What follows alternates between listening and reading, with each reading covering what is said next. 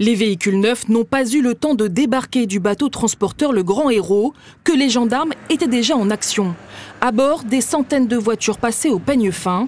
50 kilos de résine de cannabis y sont saisis, d'une valeur marchande estimée à plus d'1 million d'euros. De la drogue astucieusement dissimulée dans les pneus.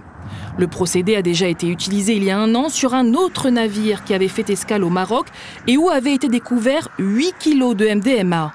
Saisie qui permettra aux enquêteurs de remonter le fil d'un vaste trafic de stupéfiants organisé depuis l'Hexagone vers la Réunion, utilisant les voies aériennes et maritimes.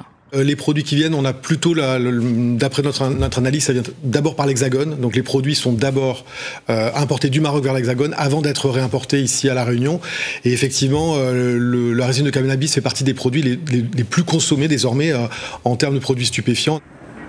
Le Grand Héros avait lui quitté Le Havre le 1er octobre, avant de transiter 25 jours plus tard, là aussi au port marocain de Tanger, et de poursuivre sa route vers la pointe des Galets.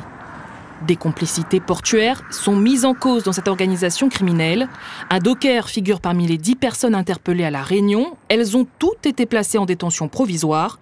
8 autres suspects ont également été arrêtés dans l'Hexagone, dont les cerveaux de ce trafic.